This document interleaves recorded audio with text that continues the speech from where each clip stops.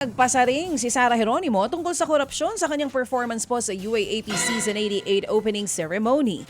Habang inaawit ang hit song na Ikot-Ikot, sinabi po ng nag-iisang pop star na paikot-ikot lang din ang panloloko sa ating bansa. True. Tigilan na raw sana ito. Sa harap ng libo-libong kabataan, nanawagan po ang singer na baguhin na ang bulok na sistema ng bansa.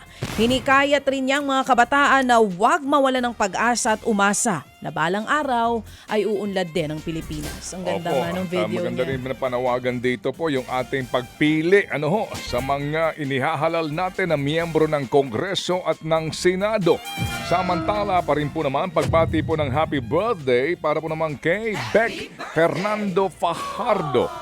Belated happy birthday from Terry, diyan po naman sa Regina in Canada. Samantala pa rin, reunited po naman si Korean singer-actor Seo In-guk sa kanyang Pinoy fans sa fan meet niya nito pong araw ng Sabado. 2 taon po mula nung huling nakadalaw po sa Pilipinas ang naturang Korean actor. Nagustuhan daw ni Seo In-guk ang kabaitan ng mga Pinoy. Ramdam niya rin daw po palagi ang passion ng kanyang mga fans dito. Sa ngayon ay mapapanood po si In-guk sa fantasy action superhero series na 12. Isa rin siya sa mga host ng Korean dating show na Better Late Than Single. Samantala, nakikipaglaban po ngayon sa stage 4 cancer ang komedyanteng si Hil Morales o mas kilala bilang si Ate Gay. Tinaningan na raw ng buhay si Ate Gay at hindi na raw po aabutin ng taong 2026. Hindi na rin daw siya po pwedeng operahan at wala na daw lunas ang sakit. Ang kwento ng komedyante, akala niya raw beke lamang ang bukol sa gilid po ng kanyang leeg noong una. Pero nang magpasuri, doon lamang nalaman na cancer po ito. Kahit lagi niya raw sinasabi na walang himala, humihingi siya ng dasal para po sa kanyang paggaling. Mahal daw ni Angelina Jolie ang Estados Unidos pero hindi niya raw ito kinikilalang kanyang bansa. Ayon po sa Hollywood actress, kung saan-saang bansa siya tumitira kasama po ang kanyang pamilya. Gayunman, mabigat daw po ang pinagdadaanan ng Amerika ngayon. Ayon nga po sa mga napaunang ulat, naghahanda na po si Angelina na ibenta ang kanyang bahay sa Los Angeles o baka yung mga yung mga congressman o kaya mga senador. Interesado po dito. Binebenta itong bahay ni Angelina Jolie. O baka mga taga DPWH o sila Yusek. Baka interesado rito. Kasama ba dito yung pamamaga ng labi? Yung kay Angelina, totoo yan? Opo. Ha? Yung kanya real. Totoo ba yung labi niya? Oo, ganyan na siya. Paano ba ang labi niya? Totoo. Paano? Ganyan. Paano? Totoo rin to. Wala pa yung turok, ha? Sige nga.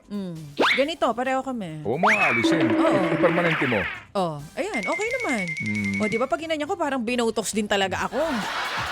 Ayos ba, Kuya Aaron? Napakalaki. Tawang-tawa ka na naman, di ba? Okay. Pinag-aral din daw ng naturang star ang pagtira sa ilang mga lugar, hindi po sa Amerika kundi sa ibang bansa. Samantala, bilang pagdiriwang ng kanilang ika-10 anibersaryo, maglalabas po ng special album ang K-pop girl group na Twice. Tatawaging 10, The Story Goes On, ang special album na ilalabas po on October 10. Nailabasan ng grupo ang prologue film na para sa isang sitcom nitong Hulyo nang ilabas naman ng Twice ang kanilang ika-4 na full-length album na This Is For. Bibisita po sila sa Pilipinas sa October 4 para sa kanilang konsyerto. Mga kapatid, brothers and sisters, saan ka pa? Dito na tayo sa totoo. Dito na tayo sa True FM. Mga kapatid, mag-subscribe and follow po kayo sa social media accounts ng True Network PH. Yan po kami. Hanapin nyo lang True Network PH, Facebook, Instagram, YouTube, TikTok, and podcast. Mapa Apple or Spotify man yan, mahahanap nyo kami. Lahat ng mga napapanood at napapakinggan nyo po sa programa, nasa social media accounts namin yan. So, paano mga kapatid? See you sa social media!